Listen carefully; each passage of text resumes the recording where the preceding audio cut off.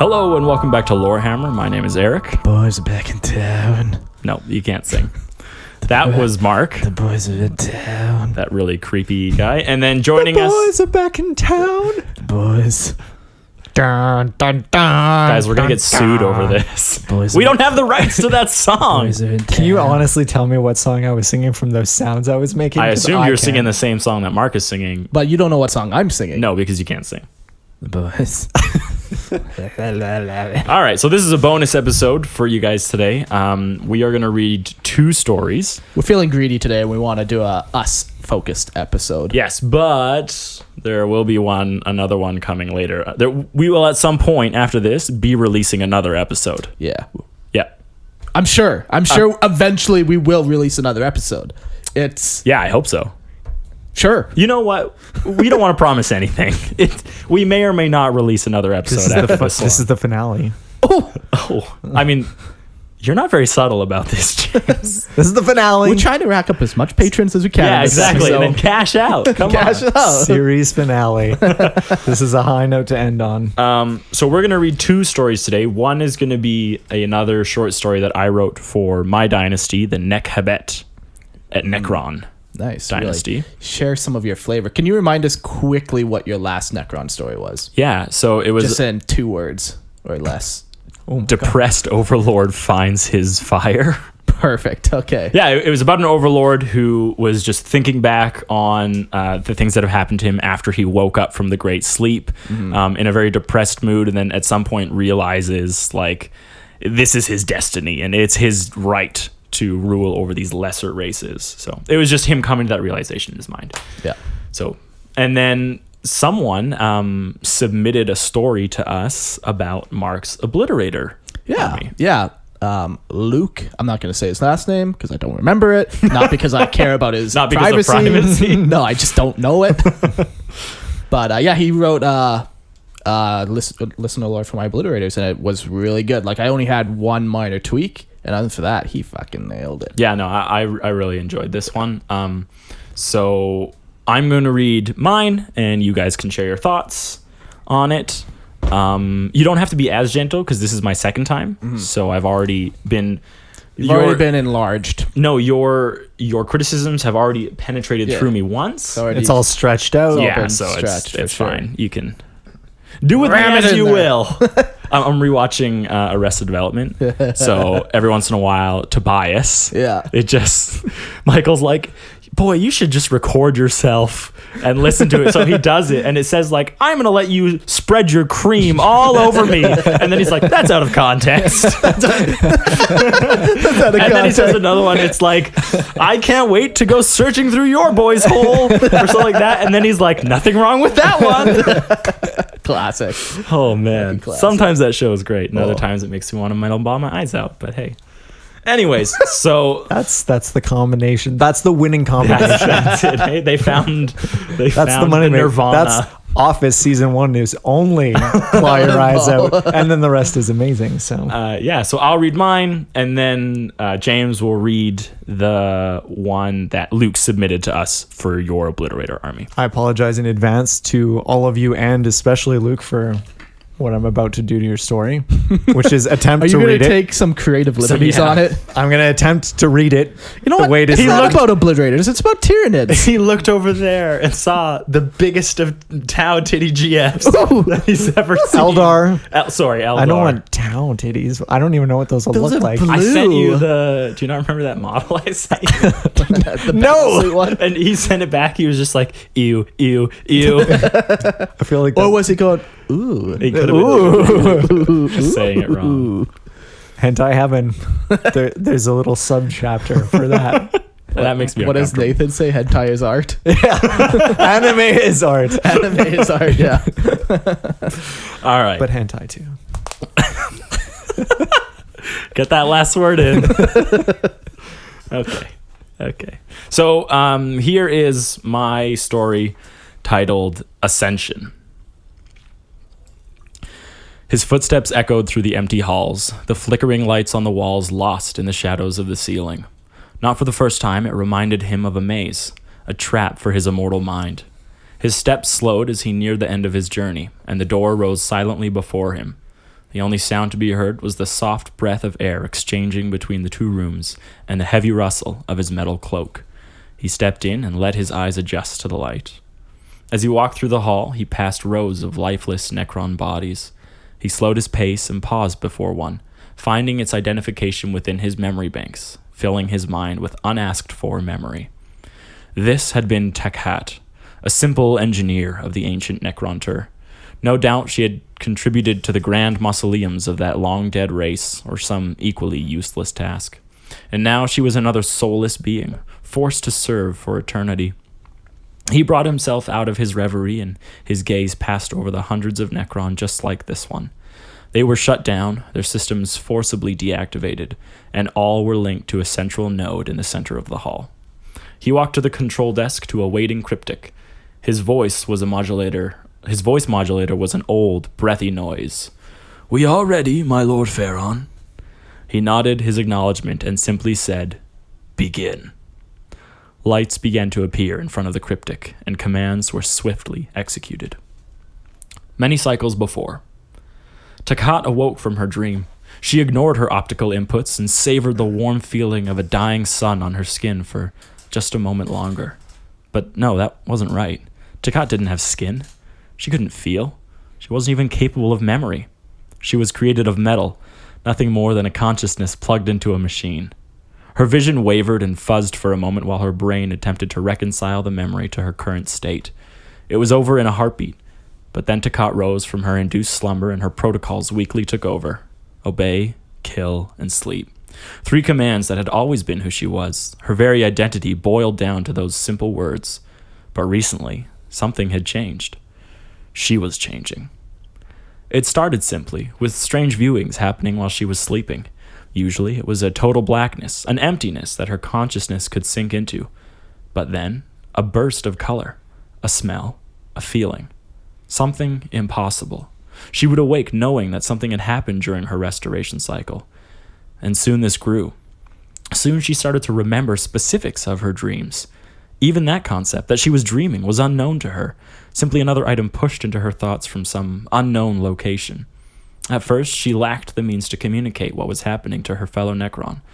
Then one day, she found she could form words and ideas in her head. It progressed. Shortly after that, she discovered she could verbally articulate her thoughts. Even her physical body was changing, creating a voice box where there previously was no need for one. "I am alone," was one of the first phrases she said out loud, recognizing that she truly was alone. No other Necron looked at life the way she did. No other Necron that she was in contact with cared about anything beyond their protocols. Obey, kill, sleep. Her fellow warriors did just that, ignoring all her attempts of communication while they were awake. And so her consciousness grew alone. Many cycles passed, and Nekhebet continued to fight, to kill for her Pharaon. But now she had a reason. Nekhebet was desperate to continue growing, to keep changing and learning. There was a fear lurking in her brain that if she phased out of this body, she would lose all progress she had made. And there was another fear as well. A question her brain seemed to want to ignore as much as she did, and that was the origins of her memories. How could I have memories of being alive if I am a machine? This was the question that threatened to upend her world. One cycle, an order which she had seen before but never thought anything of, floated through her head. Any errors pertaining to individual consciousness are to be reported immediately for examination and further integration. This sparked an excitement in Nekhebet. They knew about her. And if this was an order played over and over, there must be others. She knew that there was something missing in her growth, and maybe her masters had the answers she sought. She did as directed, and instead of powering down for her sleep cycle, she reported herself to a guard at the palace. She was instantly recognized as having an anomaly and ordered inside to the lower levels. Her curiosity and imagination flourished at this development. This was truly living. She felt powerful, intelligent, capable of doing any number of tasks set before her. She was ready to use her newfound self for the glory of the Nekhebet Dynasty. She stepped into a dimly lit room somewhere deep in the bowels of the palace to be met with a cryptic at a control module. Never once, or her breath caught, never once had she encountered a cryptic from the Pharaoh's court. His name was Userhet, and he was known for his ability to work with and improve the Pharaon's canoptic creatures. A master of programming. "Come closer, child," he beckoned without looking up, his voice whispering through her head. "Tell me what is happening to you." It all poured out. How she had first experienced thought, when she first had memories of something inexplicably like life. She told him of her dreams and the fears that rattled through her head. At some point, Userhet stopped what he was doing at the control and gave her his full attention. She was thrilled. This was her first real conversation. She told him how she was ready to serve her Pharaon in a new capacity using her gifts, for surely she was special beyond all other Necron. She spoke with determination of her desire to grow further and not regress to what she had been, an automaton executing commands given at the whims of another. Now, she was ready to choose to follow. Userhet listened intently, watching her through steepled fingers. He nodded at some places, encouraged her at others. When she was clearly done, he lowered his hands and regarded her deeply, saying, "Your iteration is one I have seen many times before. There is a flaw that exists intrinsically within our bodies that allows certain programs to mutate. Fortunately for you, we have prepared a place for you already. Your desire to serve your Pharaon will be used to its utmost. I will be providing you with the tools you need to do so, in an environment most suited to your capabilities. Now, Takat, are you ready to shed this life and begin anew?" She rose and followed him through the door. Takat was bursting with pride, with fulfillment. Surely this was the pinnacle of life. Surely now she could begin to experience what it meant to exist, to live. The room that Userhet led her to was simple. An examination table was in the center, and small scarabs skittered across the floor and walls. "Lie down, child, and I will delve into your mind," he beckoned to the table. Takat lay down on the cold metal surface, her excitement growing. She stretched her neck and watched as Userhet pulled a small cylindrical casket from the wall and twisted it to release millions of nanoscarabs into his palm. He walked to her and placed his hand just above her head. The infinitesimally Well, irregardless of Yeah. what that word is. the very, very, very small creatures swarming to create a bridge between them. Images began to appear in her head. Flickers of places, bursts of emotion, flashes of faces. Slowly, awareness crept into Takat. Like an empty sponge, she soaked in these experiences. And not just any experiences, but hers. Memory and recognition began to overwhelm her, and her body began to shake. Restraint smoothly rose from the table, incapacitating her. Faster and faster the images appeared before her. Now a dusty street with a red glare. Now a dark hall filled with the dead. Now a simple home with a single wilted blossom on a simple table. Now war. Memories of proclamations, treaties, ceasefires, and the dead filled her mind. So many dead. Brothers, sisters, friends, father and mother. She had buried them all. Her heart broke. She remembered placing their bodies inside the mausoleum she had created, and weeping as the door was sealed shut behind her, their only companions, the automatons created to care for the halls of the dead. Takat broke. Something inside shattered, and she screamed. This was too much. She barely registered Userhet directing the nanoscarab swarm over her mouth and stifling her screams. Her eyes rolled wildly as the restraints tightened, and Userhet leaned down toward her. "Fear not, child," he whispered. "This will all be over soon." The last image she saw was that of a small child. He stared at her with a face of complete trust and adoration. Her son. Takat lost consciousness as he slowly turned to dust and disappeared before her very eyes. Present day. Userhet flexed his fingers over the board and watched his lord out of the corner of his eye. He wasn't sure why he chose to be present every time he performed this, but who was he to question his Pharaon? He shrugged and went back to work, evaluating each Necron before moving on. On some, he directed scarabs to change their circuitry or create new synapses or memory banks. On others, he executed more surgical commands, altering very small parts of their brains or the very code itself. When he was done, he gave a small bow to the Pharaon and shuffled out of the way. Userhet watched silently as his master strode over to the command module and stood before it. There was only one blinking light on it now, a slow orange pulse, inviting them to press it. The Pharaon raised his hand and looked up at all the Necron in the room, the hundreds all linked to this node. He shook his head and lowered his hand onto the light. A ripple passed from the node through the floor to each Necron, and when it met one, the Necron awakened, its systems booting up and a slight droning sound that accompanied all warriors began to whine through the room. Usar had stayed still as his master walked over to Takat and heard him ask, "Who are you?" What answered back was the automated response he would get from any in the room. "I am Necron of the Nekhebet Dynasty. I obey, I kill, I sleep." He nodded to himself and swept out of the room. It was his warrior. It was his army. And this was his everlasting dynasty. Oh my Very God. cool. I need a drink. Okay, before we even get started, there's something super cool you did that I didn't notice last time you talked about this story, and I just wanted to know if it was intentional. She actually never speaks in your story.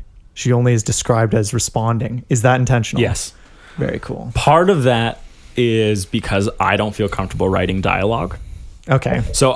But also part of it is because like, Well, that's a less cool reason. To well, do it. but like I'm not good at writing dialogue, Sure. but I could struggle through it. And there's like, we have enough people around that like Peter, I ran this by him and he was like, you need more dialogue. And I was like, I would, but like, I can't write it as well as I Sure. can descriptive. And then he's like, yeah, but like, he could help me with Sure. it. But in the end, also the less I gave her, the more dehumanizing it felt, which is what I liked. I liked the fact that this was all internal for her. Sure. Well, the impression I got hearing it was that it's less that she's dehumanized, because I think you did a lot of things to humanize her. I think it's more that it's almost like you're extracting the fact that it's almost like a foreshadowing, the fact that her voice is going to be taken away throughout the whole story, that you don't even give it to her in the first place. Oh, and then at the last thing is the only thing she says, and it's "I am Necron." I think like the way that That's comes what he out planned the is whole very time. well. I mean, as you're going through it, I'm like, is she going to speak ever? And then ending on a speaking was a really cool way to tie it in, because it is like she doesn't get a voice until it's really Until his voice. it's removed, and it's only ever his. Which is really that's- cool. Yeah, that feeling is unintentional, but It came across really strong. So you should have just told me that was all intentional and had nothing to do with you just not liking to write Yeah. dialogue, because that's a really cool metaphor running through the whole thing. I definitely. The one thing that I was very intentional about was slipping in humanizing things about her. So there's a lot of lines where it's like she felt, or she like smell. Like there's a couple like dealing with senses that like robots just wouldn't have. Sure. And they're meant to like if you're to really think about it, you're supposed to feel like those are really out of place. Sure. Like if you were to go back and reread the story and look for things, you should be like, hey, wait a second, why is she constantly like feeling and like touching and all these things that are like restricted to like live things? Sure. And that was very intentional for me, and it's supposed to show that she is very different. Sure. And that there is like real changes happening to her, but it's on an instinctual level. Yeah. Because she's not remarking on the fact that she can feel these Sure. things. Like initially she is, but then all of a sudden like there's a line in there where it says like this happened for like the space of a heartbeat. Sure. Like she doesn't have a heart. Yeah. And yet to her it felt like, oh, it was just a heartbeat. It was just a really quick thing. Sure. Yeah. And Yeah. that was something I was trying to get across, was the fact that like there are small changes happening to her. Yeah. That she just accepts. Very cool. Like I said, I think the coolest part is the whole vocalization thing. Yeah. I think that's a cool little detail. one of the strongest little thing that I ties the accept. whole thing through. It's cool. I honestly thought you did it on purpose. So I did. it sounded really I did good. it on purpose. I liked it. It was all It's very cool. on purpose. Naturally, to me, the one thing in 40K, if you pick out one word, it's grimdark, and that's Which is not a word. Grimdark's 2 words. It's a made up word. Well, Regardless. Irregardless. Well, You also read it so nicely with like hardly any screw ups. Brace yourself. Brace yourself. That's not going to happen. This is my story. There shouldn't have been any screw ups. I've read this a million times. Wow. but yeah, like that's 40K in a nutshell. Yeah. And like your story, it seems all like, oh, like wow, she's gonna join the dynasty. She's gonna become like a priestess, a goddess of the court, or something like that. Yeah. No. Yeah. This is 40K. This is grimdark. Where I think lots of time when people write 40K stuff, they want their guys to either be a hero or they want like a good outcome. But to me, that's not what 40K is. It shouldn't be like that. Sure, you can still win in the end, but like, it's not a victory. It's Sure. like It's a Pyrrhic victory at best. yeah, exactly. A Viking victory. Never mind. Sorry, James. Sorry. I'm so What sorry. did you just do to me? And yeah, so to me, that's what I really like about the story. So I do have a couple questions Yes. about it. So, first question would be her memories. Were those her real memories in your mind? Have you decided on that? Or was that all just like actually an error in the program? I think they are hers. Okay. The error that Userhet talks about is during the biotransference. Yeah. There was an error when they were transferring in, and it accidentally kept all their memories. Yeah. And so then Userhet was responsible for blocking everything. Yeah. So all the warriors of the Nekhebet Dynasty have this block put in them, Yeah. which is it's faulty. Yeah. Like it's not as Yeah. perfect as when they were initially created, because they were supposed to be wiped, right, completely. And so every single Necron have their memories floating around, and Yeah. and they will over the course of the years start to flare up. Yeah. And this is just what happens to Yep. you. Yeah, so this happens over and over and over. This is Yeah. not the first time it's No, happened. even to Takat, like in Yeah. my mind, this is probably like the 10th time this has happened Yeah. to her. Yeah. And every time, like it progresses a little further, maybe, and sometimes it's not as progressed. But I do like it too that it is her actual memories, because once again it just is, oh fuck, that sucks for her. yeah, I wanted it to be hers. I wanted her to have like a real connection to them. Yeah. And I think that's why I incled like the glimpse of her family Yeah, and her yeah, home and her Like, child. yeah, and like She like a remembers that simple flower, like, yeah, the flower in the table. Just Yeah. when I was writing it in my head, I just pictured like this like grayscale washed out room, Yeah. like either concrete or metal, and just this single simple table with one flower on it. And then if you looked outside, it's just this orange sunsetty sky just with these towers of metal or concrete in the distance. So it's just supposed to be like a very washed thing with like just these bursts of color Yeah. through them. Yeah, no, I like it. It's a good story. Very cool. I like it just because it gives your army character. Like, Yeah. if on the tabletop you decide to do something, as you would call it, I don't play to win. Yeah. Well, I Now don't. you have a reason. Now you're playing into the lore. Like, there's this faulty Necron who, by all means, should have teleported into the back, shot this one character, and won the game. But Yeah. for some fucking reason, No. he did not do that because he's like in control of himself. Exactly. He's not following orders anymore. Yeah, exactly. I kind of like. They don't that. listen to me. It okay? also makes it like the Necron have like a little bit of like there's a flaw to them. They're not just perfect machines. There's Yeah. this degradation over time, Yeah. which is a little bit more character building because otherwise they're just drones, and it's Yeah. very flat and it's Yeah. hard to write a story with. But you giving them like this, they're in there, but they just every time they come out, it's just Yeah. wiped. Yeah, and then right exactly. back to nothing again. Yeah. I don't think know it's better. if I'll Absolutely, ever, yeah. I don't know if I'll ever do another story with warriors. I don't think you have to. If- man. I think no, that that one kind of sums sums it up. If I Yeah. do, it would be Necron Tur Oh, okay. Like Yeah. when they're flesh. when they're flesh. Fleshy. Yeah, and that one's a lot harder for me though, because I think it's a lot harder to get that setting right. Sure, because there's just no details. There's none. Like, yeah, yeah. very little. But so now I've introduced two flaws with the Nekhebet Dynasty. Yeah, so that was going to be my next question. So, how does this tie into your already existing story, and kind of have you thought into the future of your dynasty? So, why did you choose this particular flaw?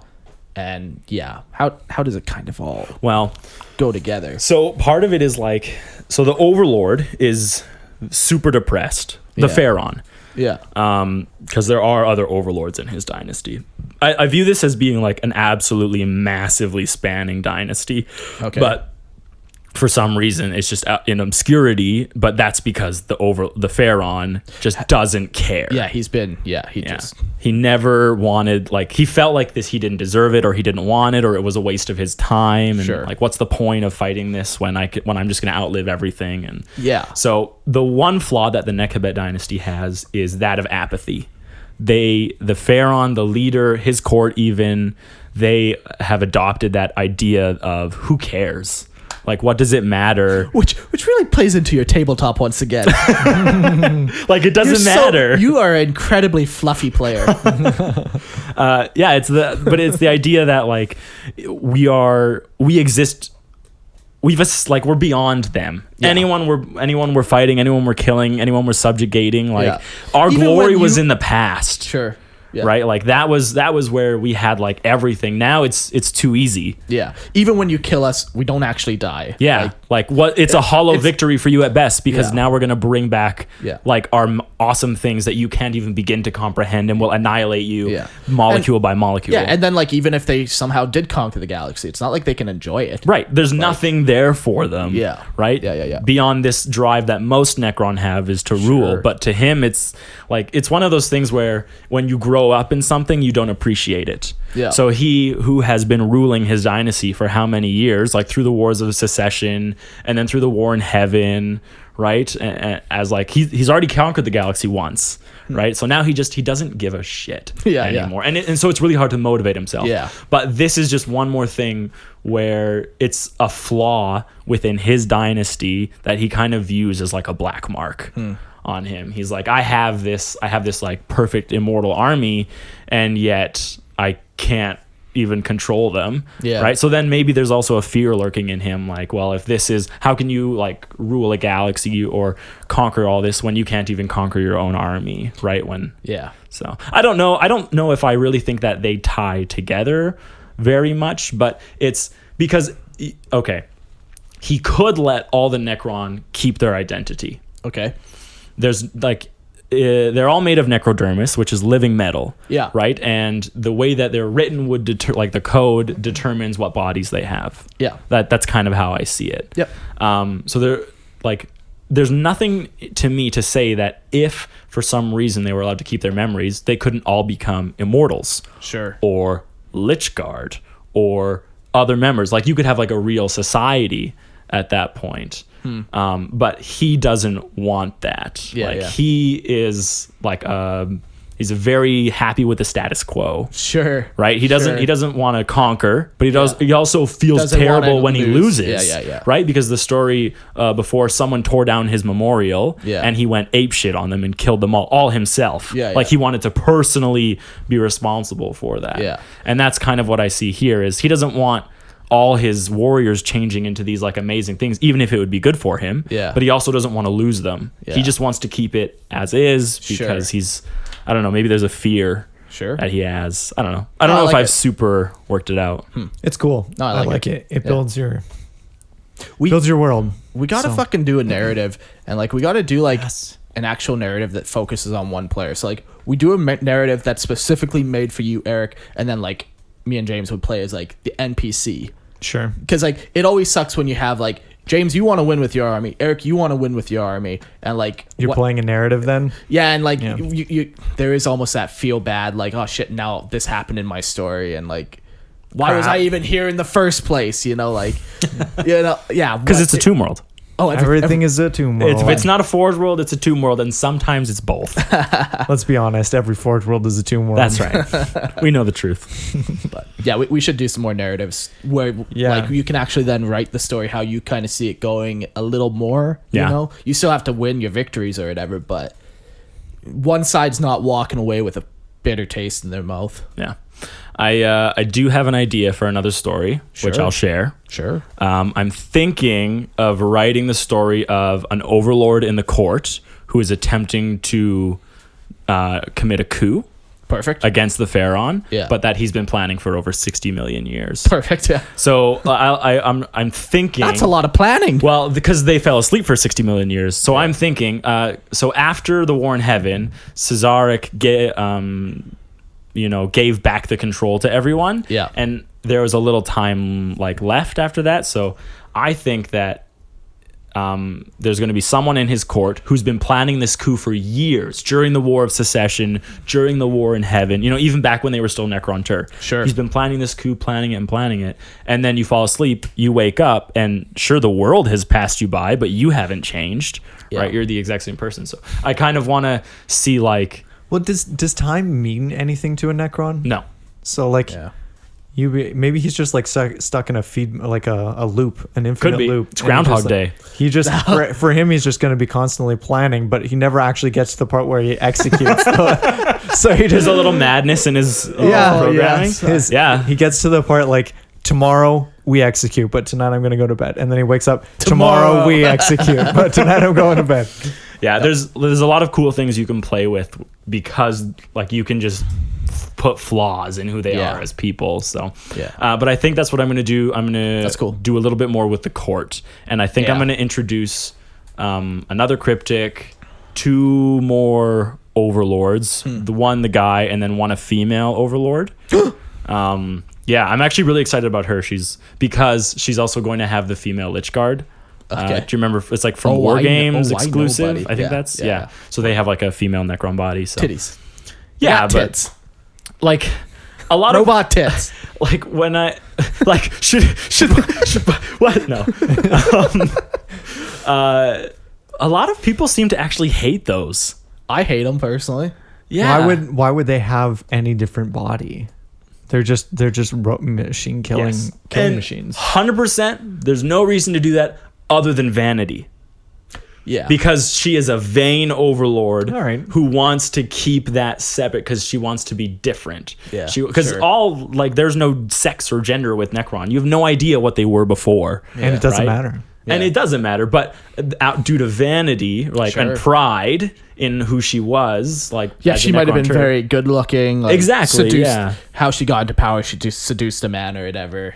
I mean, sure, I haven't fleshed that part out, but I'm more thinking titties, they're like the reason that she's different because every other Necron looks the exact same. Yeah. But the only reason she does is because to her she needs some way to distinguish, and so I want to introduce that character then, and then I also want to write a story about her because I like the idea of these vain peacock. People who feel like the world is theirs, but they don't have it for some reason. So. That's cool. Yeah. Very cool. All right. I'm done. I like that. Yeah, I like that. I like that quite Sexy. That's cool. Cool. Okay. So we're about to descend now into my reading, which I'm excited. Have I ever heard you read before? Oh. You may never hear me read again after. I'm going to do my best. Again, I apologize. You've never read this before either. I've never read it before. I literally gave it to you 2 minutes ago. Yeah, so I'm going to struggle through. I'm going to do my best. It's not an insult to your writing. If I don't get it, it's just that I have a grade 5 level reading comprehension. So weren't you in university for 7 years? They don't check. They didn't check. Nobody asked if I can you read. No. I just type, and that's how it works. I was trying to get a picture of everyone, but it's not going to work. You know what I was thinking? We should go on Instagram Live for a minute while we're doing this, see if we get some questions, but... No way. Got a plan for lean that. In. Yeah. Lean in this way, Mark. Yeah. Lean in this way. We're doing this live. Okay. There we go. Where do I look? Where do my hands go? Right here. Got Perfect. Him. All right. Got him. Got him. Okay. That's going to begin. To my mom. Ew. All right. Begin. Go ahead. Here we go. Processing synaptic congruent. It's a pigeon. I like it already. Engaged. Sorry. Establishing. Audio reconstruction. Engaged. Visual restoration. Operation. Efficiency. Working. Engaged. The Silver Skull's battle brother, Enricas, salutes Sergeant Christian. As he passes by, a silver blue gauntlet pulling his bolter sharply against his chest with a deep clang. Christian returns the gesture with his bolt pistol and gestures to follow him. Enricas falls in behind him as the sergeant makes for the rooftop barricades of Outpost Sigma Gamma 3987. As they tramp through the cathedral-like rockcrete halls, Christian draws more battle brothers into his retinue. Enriquez considers the sudden change of protocol as he is normal for the post. Sergeant, I ask permittance to lay forth my curiosity. Speak on, brother. The sergeant permits. Is there peril that we attend? Enriquez questions. It is unknown, brother. Orbital scans located a signal approaching our location from beyond our sensor array. The scanner was disabled as the intruding object passed it. Do we know the origin, sir? Enriquez's blood begins to flow quicker in anticipation of an attack. Our chapter, brother. Or so it would seem. Enriquez relaxes. Are we expecting reinforcements, sir? No, brother. That is why we assemble. Enriquez's eyes narrow, and he stands at attention once more as he and his battle brothers reach the top of the outpost. Enriquez looks into the sky above Sigma Gamma 3987, spotting a bright light streaking downward. Positions, brothers. We're not expecting visitors. Be ready. Christian notifies his brothers and takes a place nearest to the calculated landing site. Enriquez and his battle brothers take up their designated war stations, with one of his brothers tracking the unknown object's descent with a missile launcher. An autocannon emplacement to his left whirs to life as its servitor operator is engaged. The multi-barreled cylinders of the Emperor's Wrath take aim at the landing site, ready to explode into life at a moment's notice. Enriquez's optical display shows him precisely where they are looking at. An Adeptus Astartes drop pod. A moment hesitation draws a reminder of the situation from his launcher-wielding brother. It is not ours, brother. Enriquez begins to question him, but realizes the mistake of his momentary diversion as the pod strikes the ground. Tarnished yellow hazard stripes mark the edges of the dark steel structure, topped with an unknown, perhaps heretical, dimly pulsing blue amalgamation of iron. The branding that denotes those who send such advice confuses Enriquez, and is shared by his brother beside him. Brother Sergeant. Enriquez opens communication with Christian, who promptly responds, At the ready, brother. They are not what they seem. Sergeant, but who would have done such a thing to our mark? It looks like ours, but it's not. You know of the Iron Warriors, brother? Christian's voice is marked with a tone of shame. We all do, brother Sergeant. They pervert the Emperor's holy creations with infections of heretical iron. They do, brother. Pray that the Emperor is with us this day. The Silver Skull's sergeant tone pangs with remorse at the evident concern in his voice, but he does not continue. With a deep, droning hum, the fixture of machinery atop the drop pod pulses with a bright blue light, bringing to life a shimmering dome of force that surrounds the intruding craft, along with a repetitive, piercing shriek of alarm. Permission to fire, sir? The voice of a battle brother echoes through the communication of Enriquez's audio feed. Hold, brothers. We know not what they bring. Enriquez tenses both his hands around his bolt rifle, aiming down the sight at the drop pod, not 100 meters from outpost Sigma Gamma 3987. An arid breeze carries across the Silver Skulls as they await command. The silence is broken only by the continuous hum of the pulsing blue device atop the pod. Enriquez hears Christian's calls, a warning over the Vox channel. Teleporter signals! In a blaze of red, dozens of decrepit humanoids of various origin appear in flashes of blood and fire, the unstable technology coupled with the weak flesh fusing into a display of gore that putrefies the air with a stench of rotting bodies. Those who survive their heretical incursion cry out with a clacking of teeth and screeching voices as Sergeant Christian gives the order to open fire. The air of the outpost Sigma Gamma 3987 explodes into a hail of bolter fire and lasgun blasts. The zeal of both Silver Skulls, Astartes, and cultists of some unknown invading, clashing in battle. The server-operated autocannon roars to life, spewing a blizzard of slugs into the soft flesh of the invaders. Screams of pain and ecstatic battle vomit from the horde of fanatical humanoids as they leap, crawl, run, and die in great splatters of thick red blood. Enriquez' brother beside him lets loose missile after missile into the gang of laughing, jeering, screeching creatures, blasting chunks of flesh into the air, only to crash back down into the ground with a resounding slump.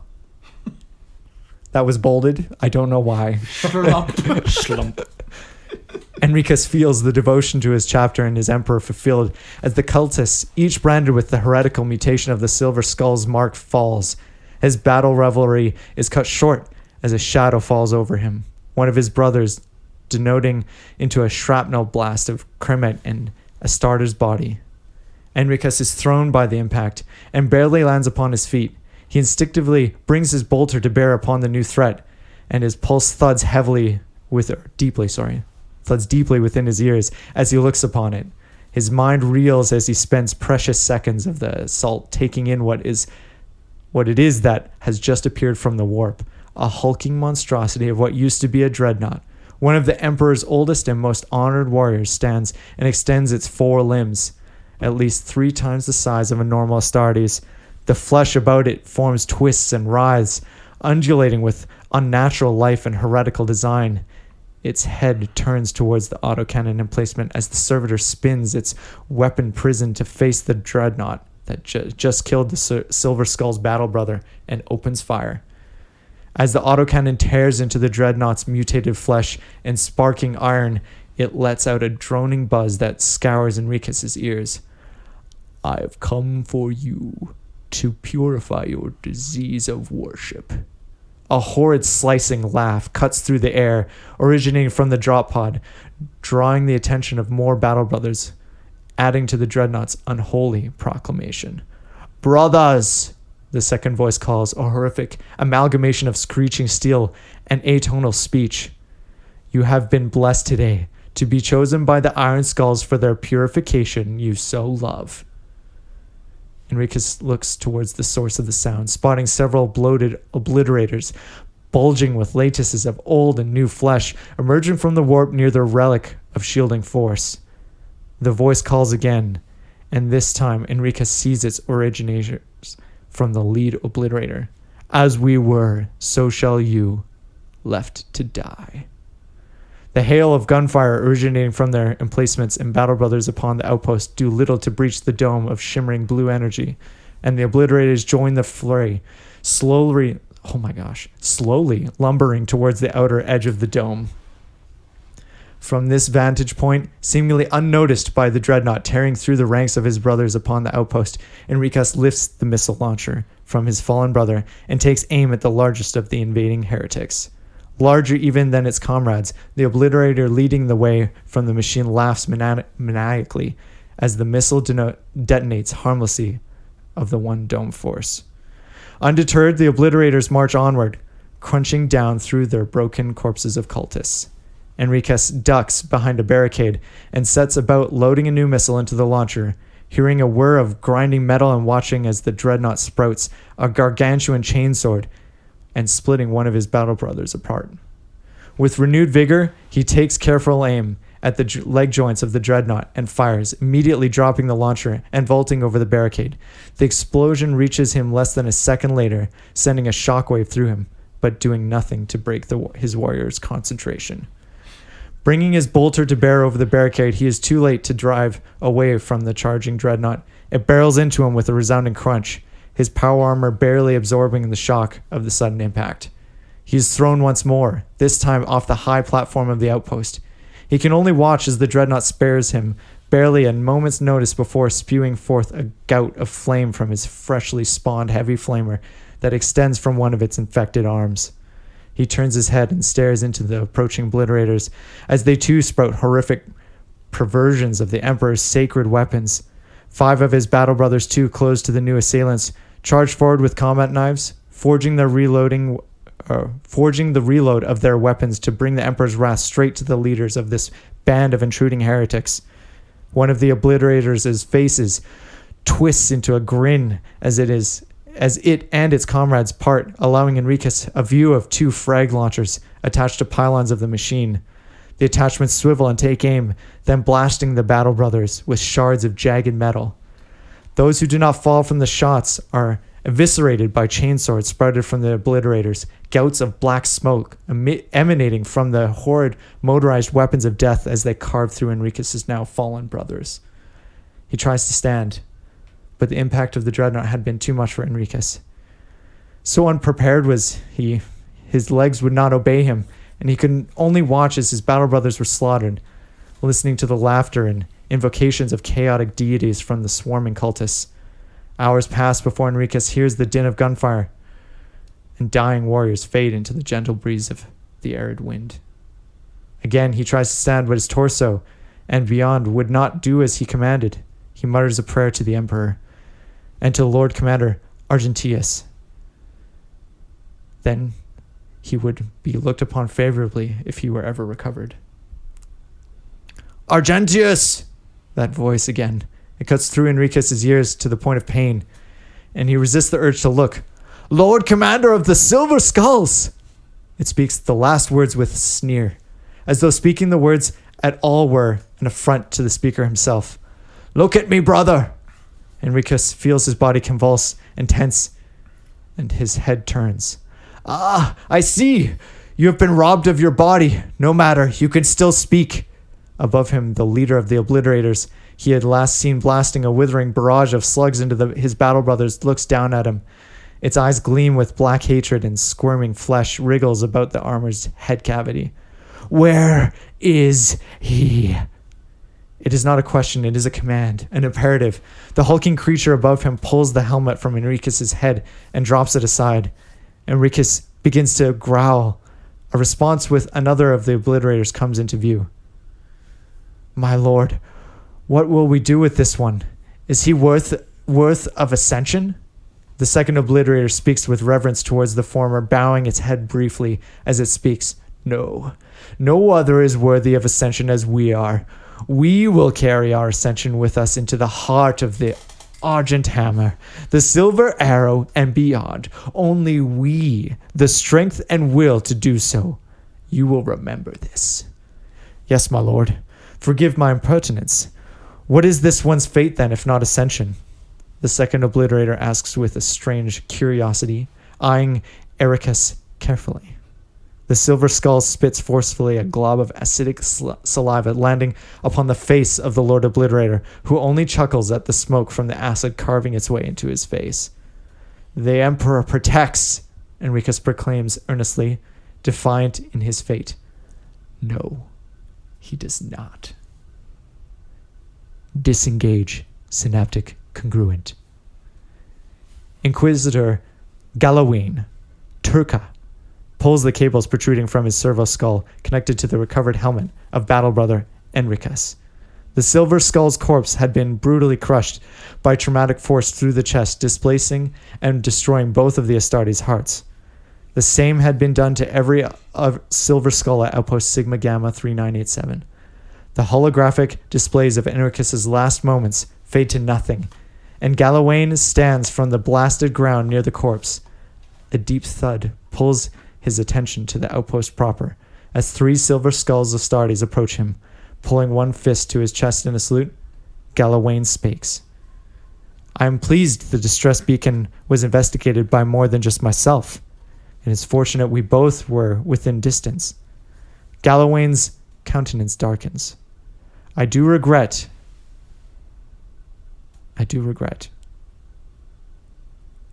What? I don't know. I lost myself. Hold on. I do regret to inform you that by my authority in the Ordo Hereticus, I will have access to the records pertaining to your history and encounters with potential mutation of your chapter. I will board my ship, and you will escort me to your fortress monastery, where I will investigate and have audience with the Lord Commander Argentius. The Inquisitor places both hands behind his back and makes for his nearby craft. We cannot allow that, Inquisitor, one of the Silver Skulls responds. The Inquisitor stops instantly. Say that again, Astartes. He does not turn. We can't allow you to bring this information to light. Why is that? Galawain slowly unclasps his hands and reaches for the bolt pistol strapped to his side, beginning to generate a psychic field as he does so. We will not sacrifice our purity. The click of a bolt gun causes Galawain to spin in place, driving to the side and unleashing a psychic blast of energy and letting loose a volley of shots from his bolt pistol. One of the silver skulls is hammered in the chest with a pistol, his flesh seared within his power armor, but his brothers respond by killing the Inquisitor in seconds. One of the two remaining brothers looks back towards the landing craft as the apothecary examines the deceased brothers, determining the purity of their gene seed. We were lucky the Inquisitor came alone. The Emperor saw fit to protect our purity this day. What happens when he does not? We will cross that bridge when we come to it. For now, we march onward. Oh. Whew. You did it. Good job. It's a long one. That is a long one. I got through it. Got through. We made it through. Did not butcher it too badly. Well done on the writing. Yeah, so Luke wrote that. Good job, Luke. We weren't really in contact. Like, he wrote that pretty much all just off the one episode we did. Where you talked about Yeah, the just idea. like kind of my idea of what I wanted. And like literally the only tweak was he thought the drop pod had guys inside of it, but the drop pod's just a shield generator. It And, just like, looks like a drop pod. It is a drop pod, Sure. but all its space is taken up for the shield generator, so everyone teleports around. That's the only thing I tweaked on it, where he had him inside the drop pod. I'm like, well, they teleport around the drop pod. Yeah, that's a pretty minor. That's all. And other than that, like, I love it. Like, he hit a bunch of key points that I really liked. He really hit on like the whole purity of the Silver Skulls and why they would abandon their brothers to the Obliterator virus. And yeah, I like that. He And also, the fact they're willing to kill like Inquisitors to protect their yeah, secret, because like they're Iron Warriors. The Silver Yeah. Skulls have Iron Warriors gene seed, even though and they that- say they're from Ultramarines. Yeah. Yeah. So that's like the whole. That's the reason- secret that they couldn't let the Inquisitor find out. Exactly. And if he And- were to delve into it, he would. Yeah, exactly. Yeah, it's just I liked it. It fit good. Kind Very of. cool. Yeah. When I was reading it, like I was reading it and like there's the one line where it's Enricus, he's on the ground, the Lord Obliterator is standing over top of him. They've ripped his helmet off or whatever. And he goes like, he spits in his face and then he says, "The Emperor protects." And then just this Inquisitor or this Obliterator just being like, "No, he doesn't." I just, Actually. that's like, Actually. like that's such a badass moment. Yeah. Yeah. Like, oh, I loved cool. that so much. That you and Christian are in the story too. Oh, that was cool. Yeah. And I got no problem. That was like that. fine. You Yeah. die. Who cares? Yeah. Yeah, no, I like it. He kind of kept the motivation of what I want my whole warband to be, which is their ultimate goal is to kill the commander that abandoned them. So Yeah, they're going from outpost to outpost, hunting down Silver Skulls, trying to find the location or resources. and to that's be able just to do why it. they run into everyone, right? Because they're just Yeah. constantly trying to hop from galaxy, Yeah. from planet to planet. Trying to find where it. Yeah, it's like find one It's guy in a duck, galaxy. That's hide and fucking seek. tough. Yeah, so. Yeah, I liked it. I'm quite happy with it.